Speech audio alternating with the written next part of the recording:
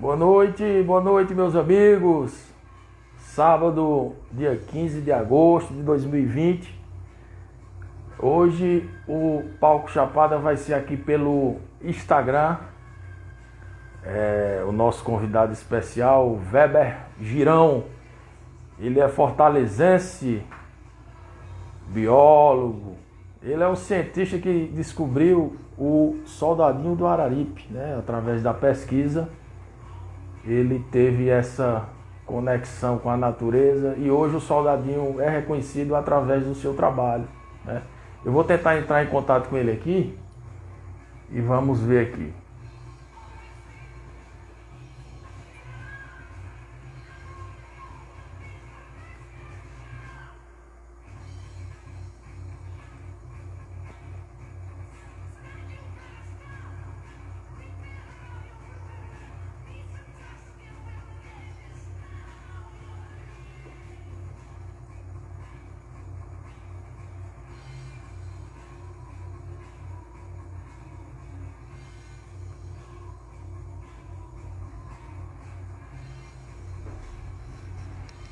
Ver o Weber.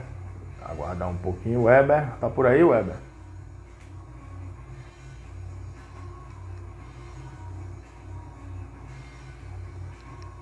Se ele entra em contato com a gente aqui. Hoje está um pouco tranquilo. Sábado.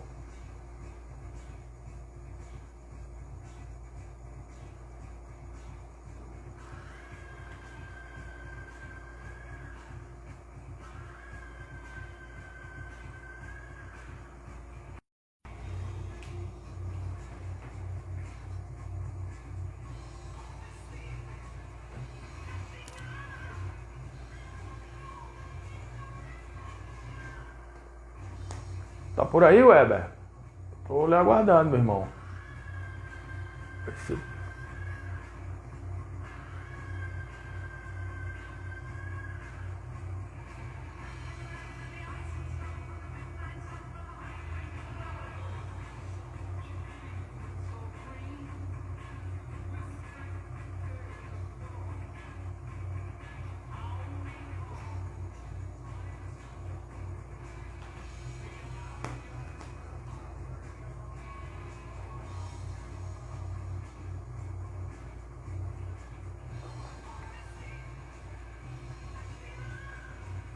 Olha aí, Weber.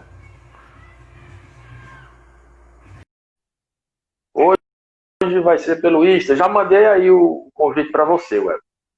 Né? Aí, meu irmão. Weber Girão, né? Weber. Boa noite. Boa noite. Você está me ouvindo? Estou ouvindo, Elaine. Primeiramente, é um prazer enorme estar falando aqui com vocês, né? No Palco Chapada, esse espaço que é um espaço primordial da nossa Chapada do Araripe. Você que é um cientista, um biólogo, né, cearense, que conseguiu fazer essa grande descoberta, no meu ver, a segunda maior depois da paleontologia, né? Você é o cara que abriu as asas do soldadinho do Araripe e ajudou o cara a levantar voo. Com toda essa perseguição que ele sofre ao longo dos anos, ele está sendo reconhecido hoje através do seu trabalho. Muito obrigado por você ter aceito o nosso convite e participar dessa conversa aqui com nossos amigos da Chapada do Araripe. E pode iniciar aí a nossa conversa, dizer os iniciamentos, né? Pronto, eu que agradeço a oportunidade, o convite para falar e dizer que esse é um trabalho de conservação que a gente desenvolve aqui na região, né? Uma espécie ameaçada de extinção e tem algum tempo já de desenvolvimento disso e ela acaba refletindo em diversos aspectos como um reflexo da nossa sociedade, né? De como a gente se comporta em relação ao meio ambiente, do nosso grau de maturidade como sociedade ao encarar as questões ambientais. Então, falar sobre a conservação dessa espécie sempre é uma oportunidade que eu gosto de honrar, porque, afinal de contas, é o que a gente tem desenvolvido, né? É, verdade. Weber, você fez essa descoberta em que ano? Começou a sua primeira visão do pássaro aqui na Chapada? Pronto, foi no dia 15 de dezembro de 1996, né? Eu era estudante de biologia e um professor da Universidade Federal de Pernambuco, o professor Arthur Galileu de Miranda Coelho, ele veio com uma turma de alunos para cá, para a Chapada do Araripe, e eu pedi para a minha esposa, na época era aluna dele, e pediu para participar dessa aula de campo. Ela já tinha cursado e ela conseguiu participar dessa aula mesmo sem ser matriculada, apesar de ser estudante de biologia na época, né? E ela pediu para poder eu participar também. E o Galileu, o professor Galileu, disse, não, venha, para quem gosta quem é interessado por aves, portas abertas, né? Então nós passamos 5 dias estudando as aves da Chapada do Araripe e no derradeiro dia foi a vez de visitar a Gruta do Farias e na ocasião ele já tinha gravado a voz do pássaro e a partir dessa voz a gente conseguiu atraí-lo e visualizar, né? Então aquele momento foi o momento da descoberta, que foi muito importante para a gente, né? No sentido da emoção daquele momento. E desde então teve a sequência dessa questão toda, né, que foi todo o trâmite científico para nomear a espécie e, por fim, o processo de conservação, que seria as estratégias para fazer entender que a espécie é ameaçada e trabalhar pela conservação dela. Foi muito interessante, porque de uma aula de campo, né, partiu para uma descoberta, né? Exatamente, foi um golpe de sorte, né, e também está preparado, né? Que a sorte aparece para quem está preparado. Então, saber identificar que aquilo era algo diferente naquele momento foi importante, né? Eu tinha 1 ano de estudos de aves e teve o golpe de sorte, né? Mas o resto foi suor, no sentido de tentar trabalhar pela conservação da espécie. Nós temos conquistas que fizemos, né? Pela conservação da espécie, mas ainda tem muito o que fazer. Então, em nenhum momento a gente está em zona de conforto, de pensar que já conquistamos e agora não tem mais. Não. Ele precisa de uma atenção, a espécie precisa de uma atenção muito grande, a sociedade ainda tem muito que se aperfeiçoar para a gente conseguir evitar a extinção dessa espécie, né? É verdade.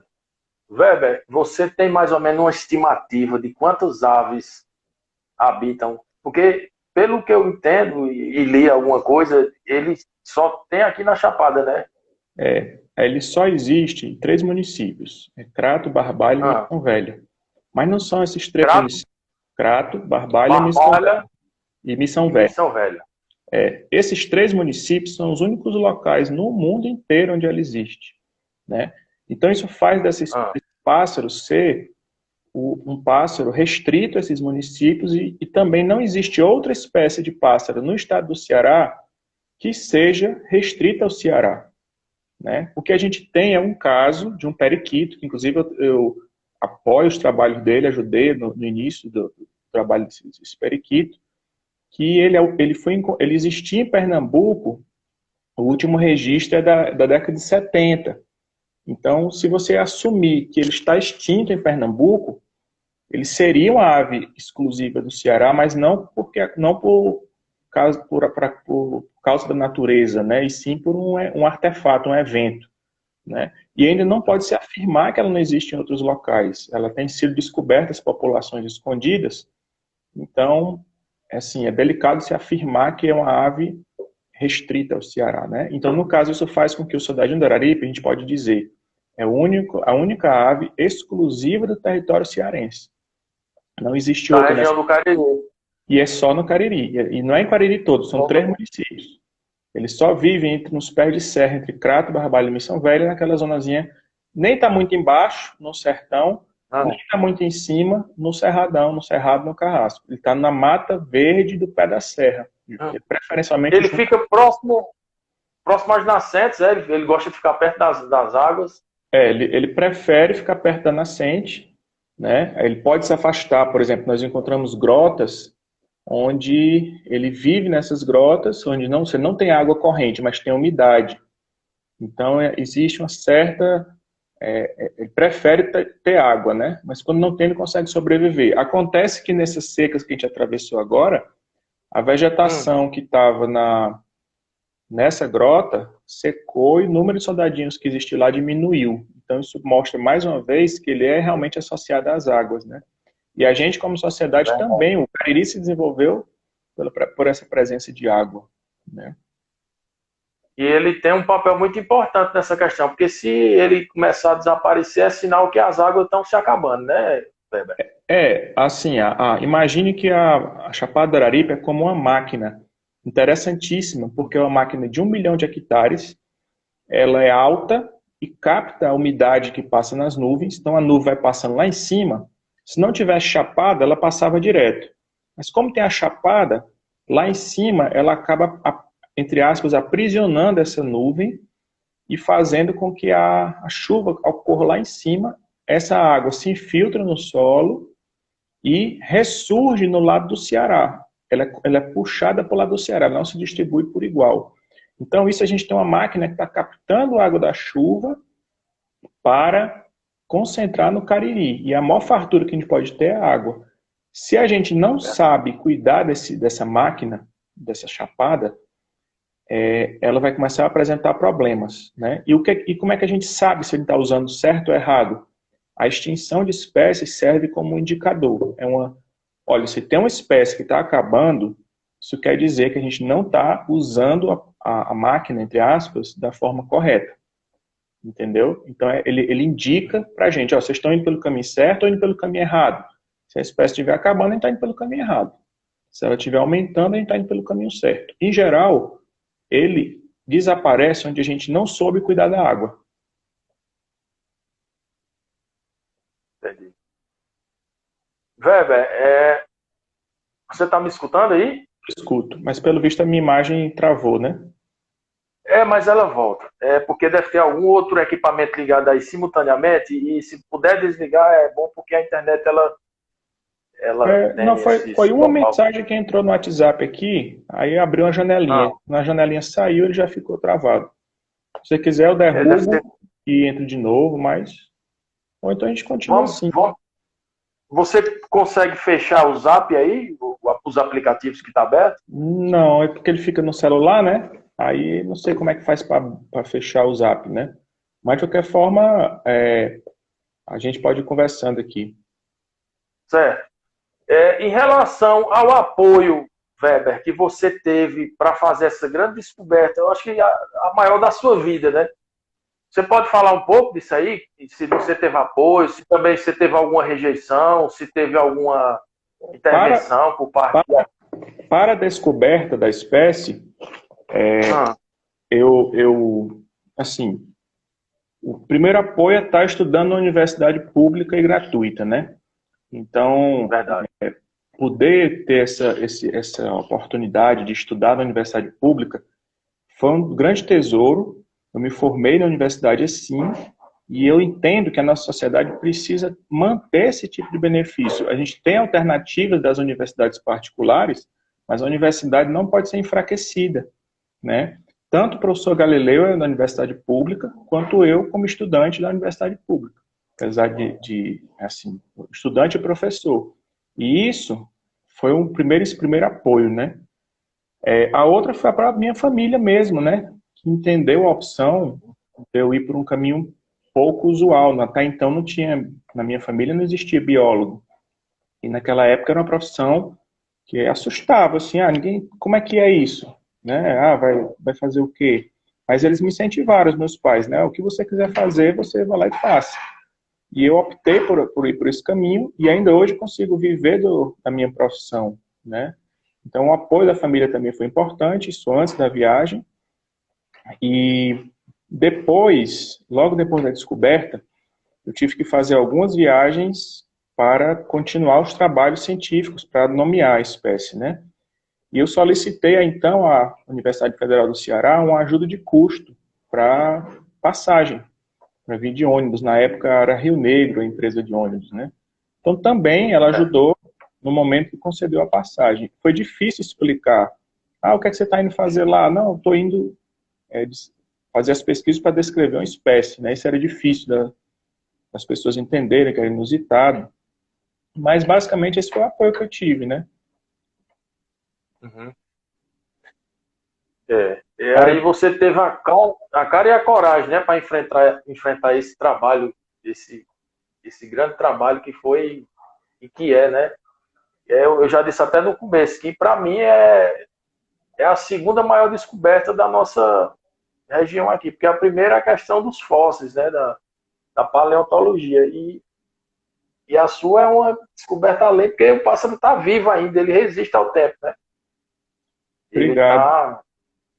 Ele tá vivo e está visto aí através do seu trabalho, do seu esforço que você teve em pegar esse ônibus do Rio Negro aí em 1996 e vir com a cara e com a coragem para fazer com que o soldado... Mas, Weber, e como é que está sendo esse acompanhamento? Você está acompanhando o pássaro? Você sabe me falar em relação, dizer a população desse pássaro aqui na região? Se tem como você ter esses dados assim?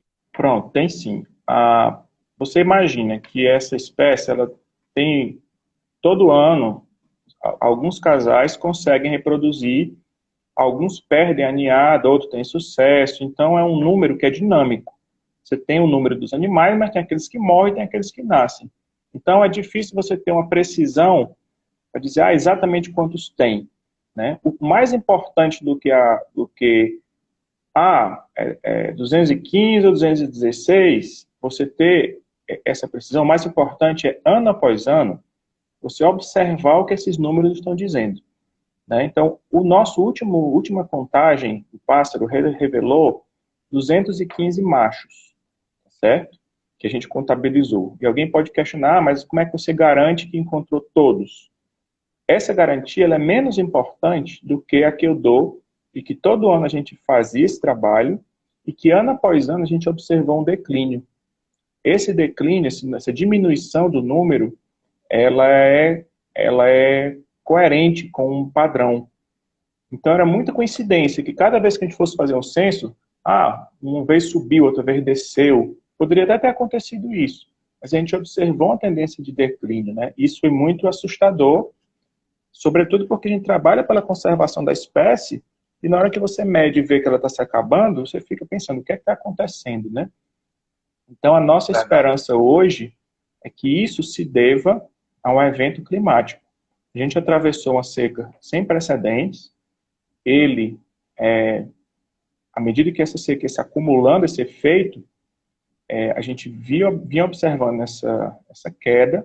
Quando a seca começou a diminuir, ainda estava presente, mas diminuiu sua força, ele diminuiu a taxa de declínio, né? E a nossa esperança é que agora, no fim desse ano, como a gente teve um inverno excepcional, a gente observar o que vai acontecer. Se ele vai estabilizar ou se ele vai, quem sabe, até voltar a aumentar. Dependendo dessa resposta, a gente pode entender se a ave estava numa tendência natural de declínio, ou seja, já está rumo à ladeira abaixo mesmo, ou se isso é uma resposta ao ambiente. Quem sabe ele pode ter resistido muito mais do que o ambiente pressionou, né? Só com o tempo a gente vai conseguir observar. E isso vai mostrar se a espécie, apesar de ser ameaçada, é resistente. Entendeu? Entendi. Nessas 3 cidades, você observou que ele tem mais prosperidade onde? A gente tinha o Crato como município que tinha mais exemplares, mas era pouco mais do que Barbalha. Aí o que aconteceu? Houve a modificação do limite municipal, né? Houve uma revisão entre Crato e Juazeiro, a própria divisa dos municípios cearenses com Pernambuco foi atualizada com divisor de águas, né? E entre Barbalha e Crato andou. Com isso, o sítio Melo, que era divisório, um trecho da mata passou para o Crato. Aliás, houve essa mudança e alterou esse balanço, né? Então, é um pouco injusto você dizer, aumentou, diminuiu nesses municípios. Hoje em dia, a gente tem, como considerar que é igual? Entre Crato e Barbalha é igual, Missão Velha tem um pouco menos. Quer dizer que está equivalente, né? Barbalha e Crato, eles estão numa população mais ou menos igual, né? Na prática é mais ou menos alguém entrou no WhatsApp e a câmera voltou a Ah. funcionar rapidinho. Aí, Eu até sugiro que você feche outros aplicativos aí, porque quando você estiver falando, então, não mas como, vai dar interferência. como é no celular e está fechado, não tem como fechar o WhatsApp, ele já está fechado. Porque às vezes ele dá aquela notíciazinha em cima, né? É só você clicar na notificação dele lá para ele não abrir a notificação, né? Você vai desabilitar a notificação. Pronto, ver se eu Você quer consigo. tentar lá para Você quer tentar para ver? É só você baixar a barra de rolamento do lado esquerdo em cima, aí você vai ver a notificação lá. Você vai clicar em cima dela, em cima da barra de notificação vai ter lá para silenciar a notificação. Aí você aperta o botãozinho azul, do lado direito, e aí fica dando interferência na sua conexão, né? Atrapalhando a sua fala aí. Estamos conversando aqui com o biólogo Weber Girão. Ele está falando aqui da sua descoberta, o soldadinho do Araripe. Pronto, agora ficou legal, bacana. O movimento agora ficou show. Vamos ver se vai dar certo. E Viu, Weber? Pode continuar. pronto. Aí a gente estava falando sobre a proporção, né? E o conjunto inteiro está declinando, né? Tanto a população é uma só, a divisa municipal só importa para a gente, né? A espécie humana, para o bicho, não faz diferença, não respeita isso. Mas o que a gente tem visto é que hoje, dos 3 municípios, aquele que tem a menor população é Missão Velho. Missão Velho precisa realmente de uma ação específica para, se tiver um que é mais sujeito a perder a espécie, é Missão Velho. Como é que seria feita essa ação, Weber, para tentar recuperar essa? Pronto. Existem algumas formas, inclusive envolvendo a rede de contatos que a gente tem, né? Existem pessoas em Missão Velha que a gente conhece pessoas em Missão Velha que são proprietários de fazendas, nem sempre são pequenas as fazendas, né, os sítios, e elas podem optar por uma modalidade chamada reserva particular do patrimônio natural. Então, vamos supor que eu tenho uma família, eu tenho uma propriedade, eu entendo que é importante ter aquela mata, até para que a água continue a verter naquela propriedade, eu tenho que proteger aquela mata. É uma questão eu tenho uma galinha dos ovos de ouro, se eu quero comer a carne da galinha, eu mato a galinha e perco os ovos de ouro. A lógica, a comparação da fábula, né? Então, se eu tenho uma mata que está lá, propiciando que eu tenha acesso à água, é o desmato para vender a madeira, eu vou perder a água. Isso aí não é inteligente. Uhum. Né? E aí, no caso, as pessoas que conheçam proprietário de terra lá em Missão Velha podem chegar e dizer, olha, por que você não faz uma reserva particular do patrimônio natural? Né? Ela pode ser tanto federal quanto estadual, e ela faz com que aquela área não possa ser mais desmatada. Então, uma pessoa tem até a índole de proteger, mas não sabe se as noras, os genros, os herdeiros vão cuidar disso, né? Então, ela criando esse mecanismo, ela meio que garante que a mata vai estar lá, pelo menos dentro da lei, né? E a terra continua lá. No dia que você quiser vender, você vende. Só que quem comprar, compra com aquele compromisso, que é irrevogável. Eu falo isso tendo organizado a criação de 2 reservas particulares em nome da associação para a qual eu trabalho, que é a Associação de Pesquisa e Preservação de Ecossistemas Aquáticos, a Aquasis. Então, a gente tem as 2 reservas e a gente tem manejado isso, né? É um gesto real para a conservação. Existe outro. Nós temos um parceiro aqui que chama CEPAM, uma entidade de Pernambuco, que acabou de aprovar um projeto junto ao Fundo Nacional do Meio Ambiente, e eles, junto com essa empresa que eu trabalho, essa associação, a Aquasis, elas estão desenvolvendo, nós somos parceiros deles, né? Uma ação para recuperar florestas. Então, a pessoa que tem uma área que perdeu uma mata no pé de serra, não tenho mais mata e queria plantar, não tenho dinheiro para poder, não tenho como bancar uma restauração, se a pessoa tiver a vontade de manifestar isso, a gente tem como chegar junto e fazer o plantio para a pessoa. Obviamente tem que ter um compromisso de que não vai cortar ele na sequência, né? Mas até isso tem como a gente contribuir. São duas ações afetivas que o pássaro precisa e a gente nessa conversa aqui pode lembrar, eu conheço fulano, lá em Missão Velha, no Crato, em Barbalha, que tem uma propriedade no pé de serra, a gente pode trabalhar na recuperação disso, né? Recuperar a mata e proteger as áreas através de reservas particulares. Isso é bom lembrar, Weber, que ele não vai perder o direito da terra dele, que ele tem posse, né?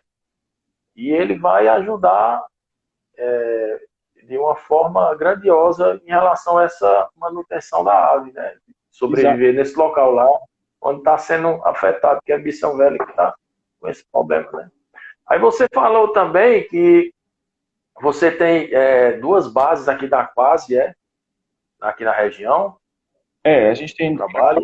A Quase é proprietária de duas fazendas, dois sítios, né? O sítio Bebida Nova de cima e o sítio Parnaso de cima.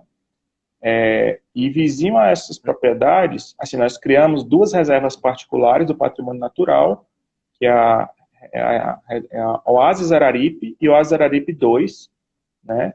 E ao lado delas a gente tem um sítio, que é o sítio Cabeça e Lopes, do seu Renato Leite, e ele criou também uma reserva, a gente auxiliou na parte de papelada, né, burocrática, mas foi basicamente o desejo dele, e nós auxiliamos, e essas três reservas são coladas.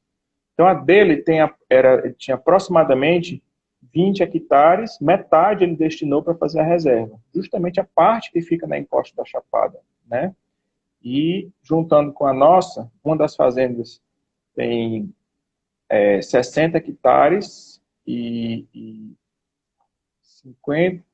54 formam uma ação de reserva, e a outra tem 69 hectares e 60 e alguma coisa, esqueci agora o número, também são de reserva. Então, juntando as três, a gente tem em torno de 150 hectares de floresta. Essas matas, elas guardam, por exemplo, a nascente da nascente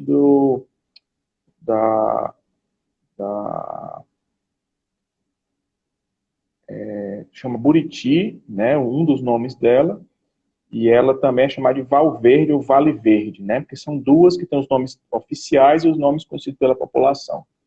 E essas fontes, uma delas é usada para abastecer o distrito da Páscoa.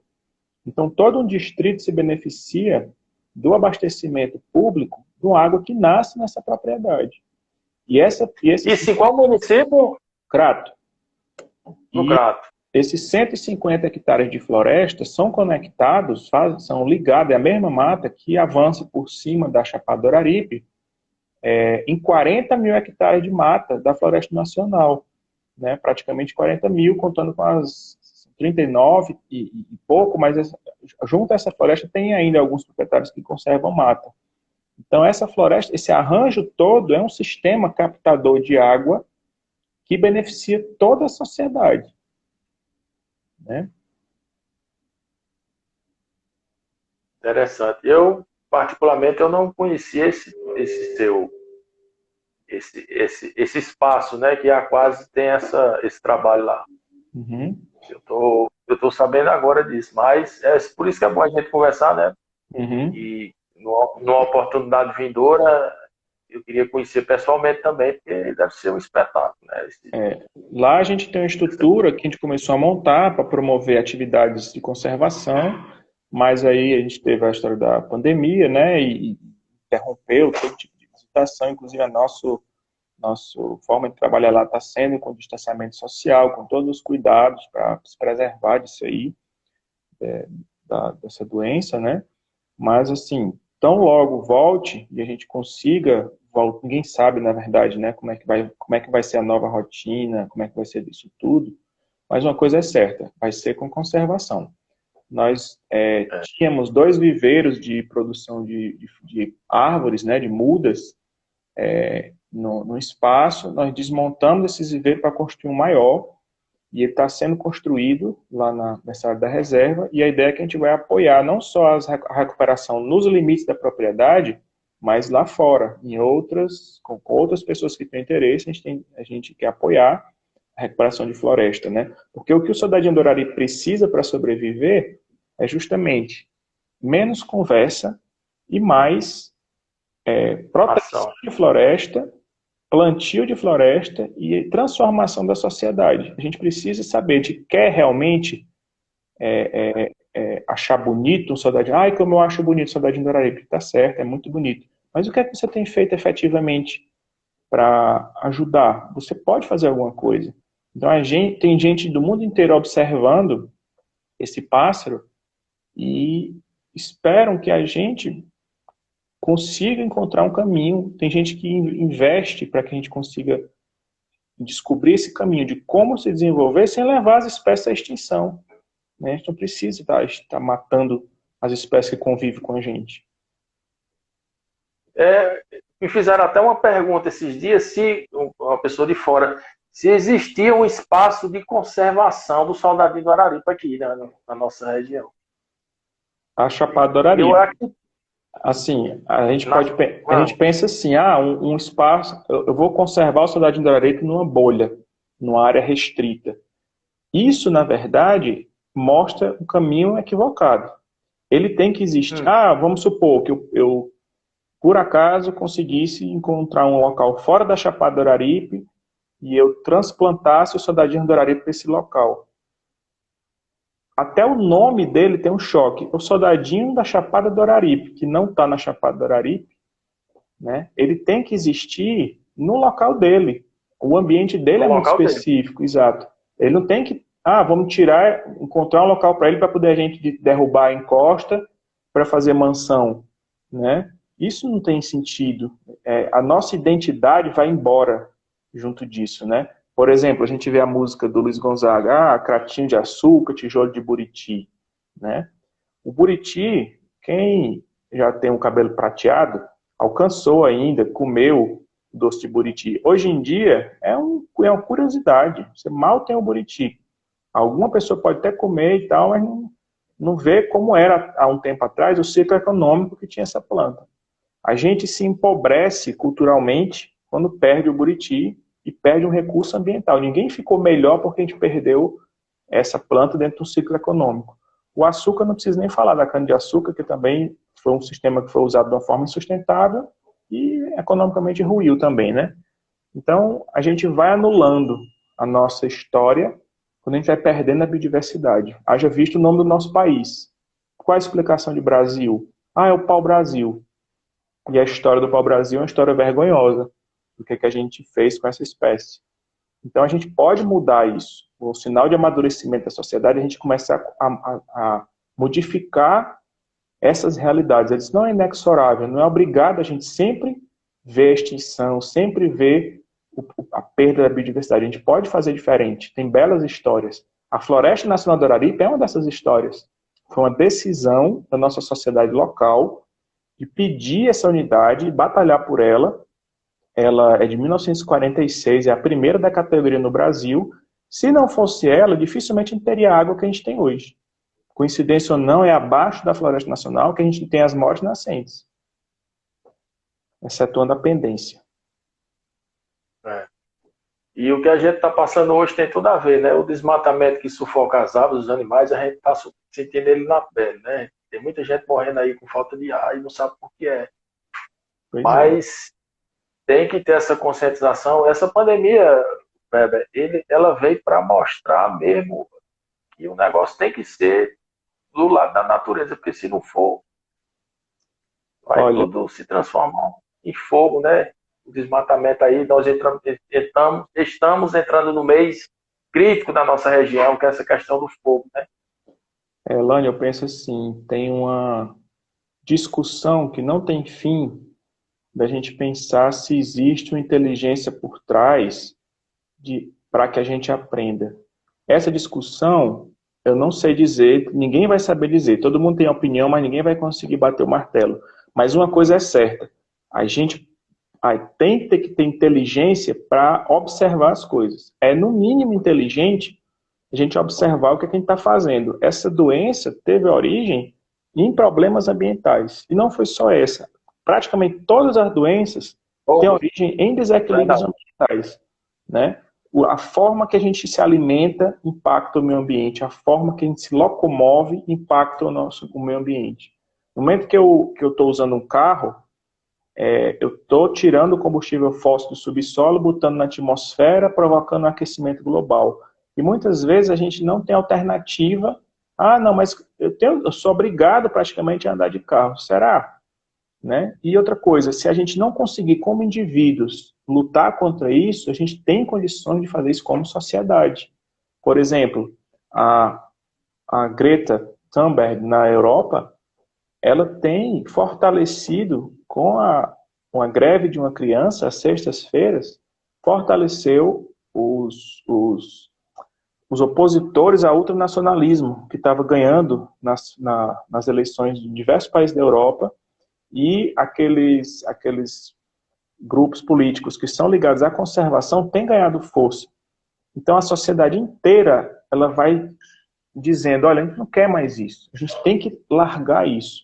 Nós no Brasil fomos dos últimos países a abandonar a escravidão. E um dos argumentos era, se a gente acabar com a escravidão, vai quebrar a economia do país. É a mesma balela que a gente escuta hoje em dia, né? A oposição entre conservação da natureza e desenvolvimento. Isso é uma ilusão, é uma falácia. Não cuidar da natureza é você arruinar, inclusive, os processos econômicos. É o oposto, né? É o imediatismo. Eu quero logo aquele recurso. Qual o benefício que a gente vai ter destruindo a Amazônia ou destruindo a Chapada do Araripe a todo custo? É o prejuízo para todos, o conjunto. Esse nível de amadurecimento, em deixar de ser criança como sociedade, é um passo que a gente tem que encarar. A gente pode eternamente ficar querendo fugir disso, mas a gente vai ter que encarar isso. Ou então, vão vir inexoravelmente pandemias por cima de pandemias. Uma hora a conta chega, né? Você está desmatando aí, está matando tudo, uma hora você vai pagar essa conta. Com certeza. Eu cansei de ver. Olha, eu ando aqui há relativamente pouco tempo, né? Eu vi nascentes que foram afundando, diminuindo a vazão. Ela corria na flor da terra e virou um poço. Você tem que descer dentro de uma escada para conseguir pegar água, porque a mata é tirada no entorno, as pessoas vão cavando, vão manejando errado, né? Então é a falta também do poder público, né, de muitas vezes orientar, ter essa força. Pois é, que era para fazer, não faz, aí fica só com conversa. Mas essa questão que a gente está falando toda aqui, tem tudo a ver com o soldadinho do Araripe. Não é só porque o soldadinho ele é um pássaro bonito, exótico, uma vitrine, não. É porque ele é um termômetro. Ele é quem dá as coordenadas de tudo o que acontece. Não é assim, Weber? Ele inclusive acaba sendo, entre aspas, um porta-voz de outros animais que não são nem... Por exemplo, a gente tem aqui um guajá. O guajá é um tipo de caranguejo que não presta para comer, né? Da família do caranguejo. Foi descoberto recentemente aqui na região. E esse animal, ele já foi avaliado como uma espécie ameaçada. Quem olha para esse animal, não é fácil você entender ele como... Ele não é tão cativante quanto o soldadinho do Araripe.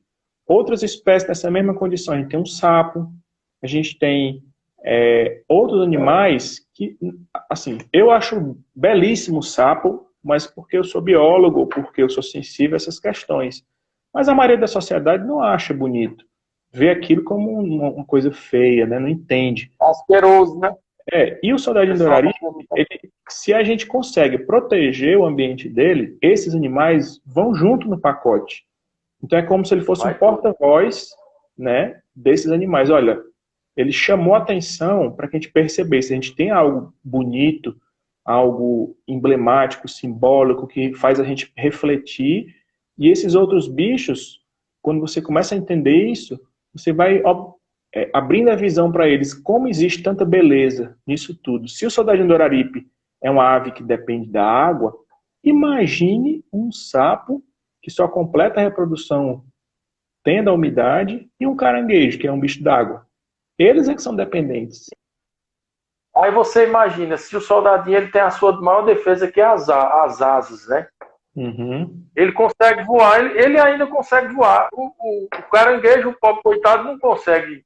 Ele anda no chão, qualquer um pode pegar, matar, fazer tentar. Ele não vai servir de alimento, né? Na realidade, ele não tem essa. Alguém que foi inventar de comer um animal desse, certamente não vai ser uma ajuda famélica, para combater a fome da pessoa. É a mesma história da voante, né? A ribançã, como chama aqui. É uma espécie tão interessante. Em 1877, a gente teve a maior seca que o Ceará já registrou, né?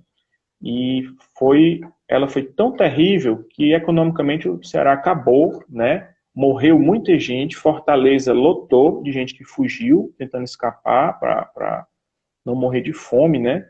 São histórias terríveis. Mas no meio dessa história tem algo interessante que aconteceu e não foi a primeira vez. Os bandos de Arribaçã apareceram e muitas pessoas só escaparam porque aquilo veio quase como um milagre, você não tinha mais a esperança nenhuma e aparecem os pombais e as pessoas sobreviveram. A maior forma de gratidão que a gente tinha que ter com a natureza, não só por aquelas pessoas que escaparam da morte porque vieram porque a Ribançã veio, mas nós, cearenses, que descendemos dessas pessoas, né, a gente pode ser que a gente esteja aqui vivo porque um ancestral nosso escapou comendo um animal desse. E aí como é que a gente honra a memória dessa espécie e da natureza? Comendo, vou comprar a voante, a ribançã no sinal para tomar com cachaça porque eu não dispenso. Isso é medíocre. Né? Medíocre. Falta de compreensão do significado daquilo, de você perceber, olha só, e isso aqui no fim da linha, pode ser esse recurso que salve vidas. Aí eu vou destruir, né? É um contrassenso, é um exemplo, né, desse tipo de relação que a gente tem com a natureza. Achar que a gente pode exaurir, né? É burro, esse é burro no mínimo. Pois é, e a gente via antes, né, porque agora diminuiu mais por conta dessa questão aí da fiscalização, que é muito precária ainda, mas os caras passavam com os baldes cheios de rebação aqui, e o dono de bodega comprava mesmo. E a gente vê assim, ó, carne de inspeção sanitária tem doença. Você imagina animal silvestre. É só ver o caso do tatu, do peba. Só o que tem agora, teve um surto no Piauí da hanseníase, né? Transmitida pela carne do tatu. Então o pessoal pegando lepra de teimoso, aí a falta de mentalidade, e eu nem culpo tantas pessoas, né? Penso mais no poder público, de ser conivente com esse tipo de prática, né? Por exemplo, uma bodega que vende uma baladeira, né? A baladeira é o primeiro contato que uma criança tem com a morte. Ela pega aquilo para matar um passarinho, um bicho, qualquer coisa. Não tem a repreensão da sociedade, da família. O pessoal acha graça, não liga, deixa por isso mesmo. Quando ele aprendeu que ele é o caminho de matar, aquilo pode evoluir, né? Para que um dia a gente tenha dos aspectos mais terríveis da nossa sociedade aqui do Cariri, que é o feminicídio. Eu não vou dizer que toda criança que mata de baladeira vai matar uma mulher. Mas quem mata uma mulher, pode procurar. Boa parte disso foi não sendo repreendido ao judiar de animais. Tem estudos que mostram justamente esse tipo de relação. Não gosto de falar isso. Tem estudos que mostram, eu gosto de dizer o estudo. Mas realmente nesse caso não me preparei nesse aspecto, né, vou até pesquisar, porque eu já vi isso, mas não me recordo mais. Mostrando que existe essa relação, que a criança que se expõe maltratando animais, ela é que tem um perfil que dali pode se desenvolver o psicopata. Então, verdade. Por que que a gente aceita que a baladeira ainda seja? Por que que tem um alvará de funcionamento, um estabelecimento que vende isso? A gente pode se organizar como sociedade, cruzar os braços e dizer, a gente não quer mais esse tipo de coisa porque ela é imbuída de um significado horrível. Então, não... Arma nenhuma, né? Nem só a baladeira, né? Arma branca, Exato. preta, faca, foice. Se no Brasil a gente tem orientação de se armar, por que que aqui a gente não vai na contramão de se desarmar? E o começo do desarmamento começa com a baladeira. Isso tem um gesto muito forte, educacional, desde criança. Vamos banir esse negócio de arma, né? E isso pode ser ter um significado muito mais profundo junto à Secretaria de Educação municipais daqui. Vamos começar a combater a arma desde a primeira arma, que é a baladeira. Tem uma Com série de certeza é um instinto perverso e assassino. Você pegar uma baladeira e puxar para um passarinho, rapaz. Briguei tanto com um menino aqui no sítio, que eu não faço isso, não. Não sei pra quê, né, rapaz? Mas você falou da questão do feminicídio aí também, em relação à espécie do soldado, Weber. Qual é o mais resistente aí, o macho ou a fêmea? Porque a fêmea ela é verde, né? O macho ele é mais suscetível à predação. O que acontece? Como ele é colorido, um predador, obviamente, vai mais fácil de vê-lo, né?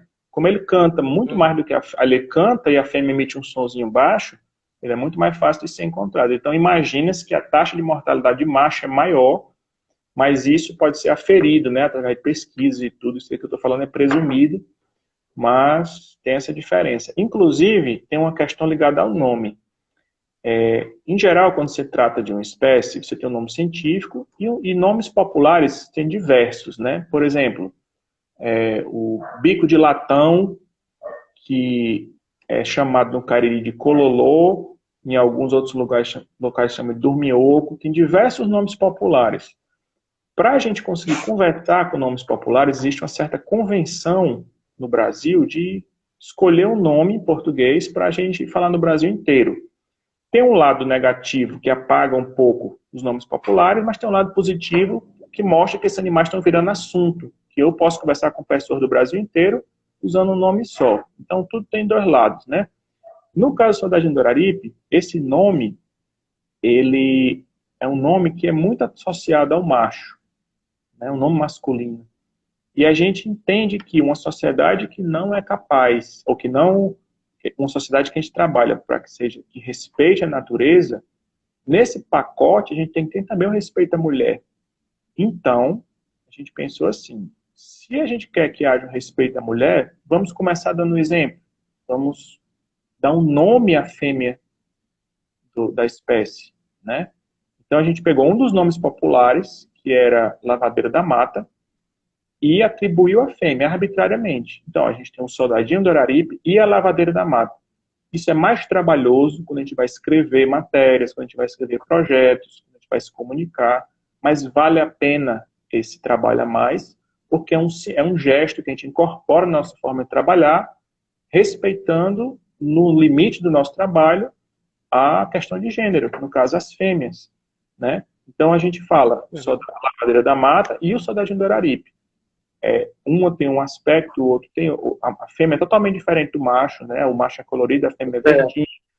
E isso a gente fez um trabalho nas escolas e foi impressionante a aceitação, né? Inclusive já puxar as crianças, alunos, professores já puxaram a nossa orelha. Olha, vocês têm que falar mais da lavadeira. Isso é ótimo. Isso é um reflexo que a gente queria colher. As pessoas se importam, sim. Então, a gente acredita que talvez a gente não consiga dimensionar o quanto isso influencia positivamente a sociedade para respeitar a mulher. Mas a nossa parte, que é isso, nesse pequeno detalhe, a gente está conseguindo fazer, né? E existem outras... Eu acho até interessante fazer um trabalho de divulgação em cima da fêmea, né? Com certeza. É muito interessante essa questão da educação, né, nas escolas, né, com as crianças, para eles já conhecendo a gente geração nova. Que chamava Lavadeira da Mata. O que a gente observou? Andando nesses pés de serra, a gente encontra lavagem de roupa. E na lavagem de roupa, muitas vezes a gente vê a água azulada de sabão e vê aquilo como um problema, né, de poluição, sendo que a gente descobriu muitas vezes que as lavadeiras, em alguns casos, são elas que protegem a mata. elas que faz a limpeza, evita que... Para elas é bom ter aquela... Elas gostam de estar naquele ambiente, né? Por mais que elas estejam sujeitas a riscos, né? Então a gente pensou assim, o projeto Lavadeira da Mata ia ser um projeto voltado a esse público, as mulheres que estão dentro da mata. A ideia era disciplinar o uso ambiental, por exemplo, fazendo uma lavanderia onde essa mulher tivesse o primeiro benefício, uma segurança, né? Uma segurança física. Ela leva uma queda por cima das pedras, na beira do rio, teria uma lavanderiazinha com telhado, para ela não lavar roupa ao relento, não estar sujeita a uma queda. Ter a água que vem para lavagem de roupa, ela ter um tratamento para não voltar com sabão para o rio, ia ser melhor para a lavadeira, ia valorizar elas, que estão lá, muitas vezes elas se sentem desprestigiadas, como se o trabalho delas não fosse nobre, e é nobre, todo mundo gosta de ter uma roupa limpa, né? Então, tornar esse trabalho visível, mostrar que aquilo é importante, tem toda uma cultura associada às cantigas da lavadeira, que estão se perdendo, né? E o nome da fêmea está associado a isso. A gente tentou montar esse projeto algumas vezes, e a gente vai desenvolver, ainda não conseguiu da forma que queria, mas mapeamos, inclusive, algumas lavanderias, né? Em Barbalho, no Crato, e encontrei até uma em Missão Velha. E sempre foram conversas interessantíssimas com essas mulheres, né? Inclusive tem um aspecto muito interessante. Tem um aspecto curioso, Elane, aqui, não sei se você sabia, existe nascente masculina e feminina aqui na região. Como é que acontece? Antigamente no Crato a gente tinha 2 pontos do rio onde os homens tomavam banho e outro onde as mulheres tomavam banho, né? Inclusive, existia um dispositivo legal para, se um homem fosse espiar as mulheres no rio, ele era punido, tinha uma punição específica, né? Ou seja, até na parte legal tinha previsão disso aí, né? E com a evolução urbana, a gente teve os banheiros nas casas e esse hábito do banho no rio acabou. Inclusive, era um momento curioso porque você tinha, desde o rico ao pobre, todo mundo tomava banho junto, né? Os homens tomavam banho ali naquele mesmo local, um dos locais chamados que era Poço da Escada, né? Tem na literatura. Os índios, né? Os índios também. Sim. E aí, no caso, o que aconteceu? Isso sumiu da cidade, mas se preserva ainda em algumas fontes. Eu comandei em várias fontes aqui, ando em várias fontes na região, tem algumas que são fontes femininas, ou seja, são das mulheres e os homens são proibidos de entrar lá. Então, se você vai entrar, um homem vai entrar, ele tem que pedir autorização. Então, às vezes, a gente está na equipe com alguma mulher na equipe, ela vai lá, pede licença, e a gente pode ir, ou ela mesmo faz a contagem dos soldadinhos naquela nascente.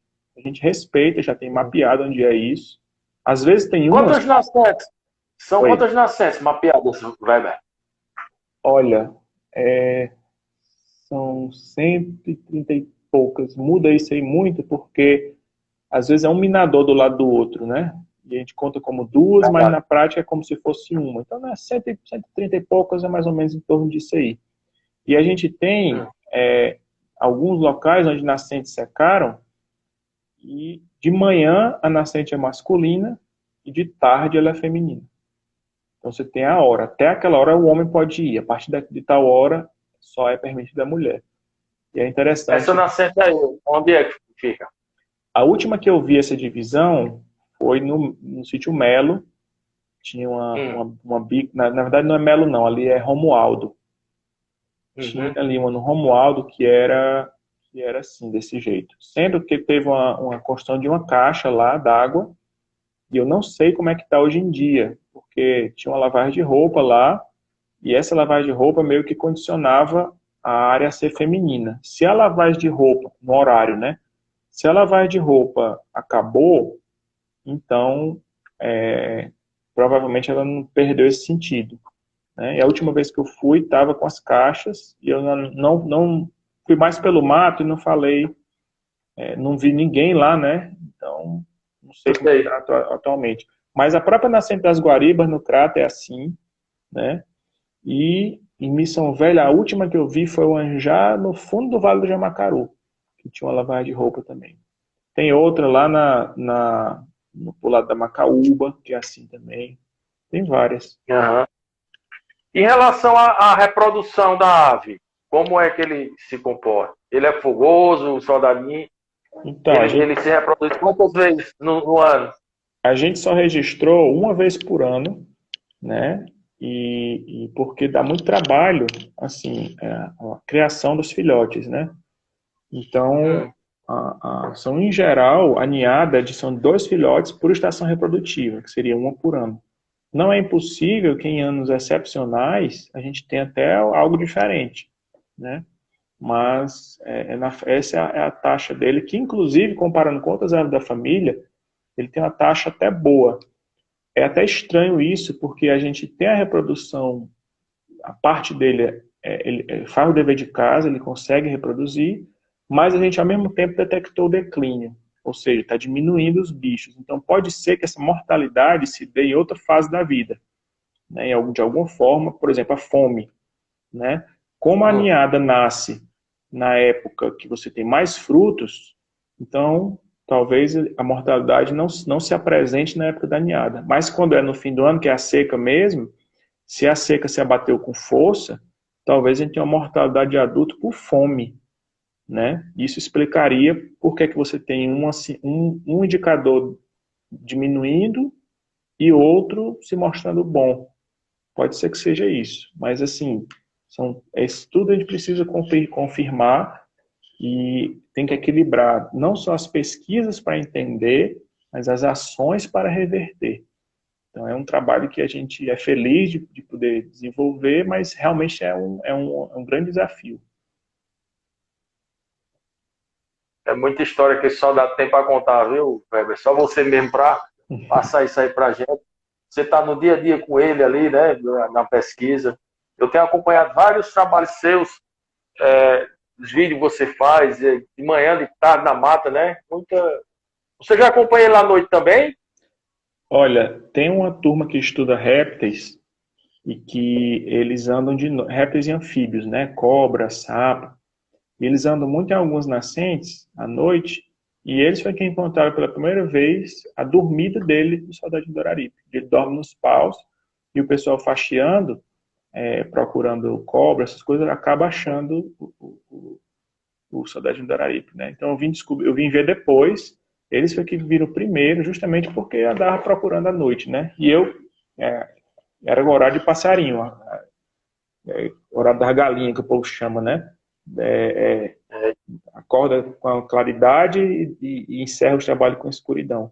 Inclusive a gente tem aqui bastante espécie de jararaca, serpentes, que também tem o seu papel, e esses animais também precisam de um trabalho de educação da sociedade, das pessoas, para entender que existe aquela mentalidade, a cobra é para matar, e não é de jeito nenhum. A gente tem, inclusive, serpentes ameaçadas de extinção aqui na região, né? E justamente aquele grupo. Nós temos, só para você ter uma ideia, Elaine, tem morcego ameaçado de extinção, sapo, cobra, né? Como é que a gente vai trabalhar isso na cabeça da sociedade, dizer que é importante? A nossa intenção é que o soldadinho do Araripe abra caminho para que a gente consiga fazer isso também. Porque essas espécies merecem viver tanto quanto o soldadinho do Araripe. E não é tão fácil, porque culturalmente a nossa sociedade não acha isso, não são bonitos. Eles são espetaculares, né? A cobra que está ameaçada de extinção, Weber, como é o nome dela? O nome dela é convencionado, ou seja, é um nome artificial, né? Que é cobra da terra dos brejos. Ninguém chama essa cobra assim, né? Mas é um nome técnico que a gente tem por aí, e o nome científico chama-se Atractus roni. É uma cobra que vive, uma serpente que vive enterrada debaixo da terra, gosta muito dessa parte mata úmida, né? E esse animal, ele é belíssimo, a cor dele é bem diferente e tudo.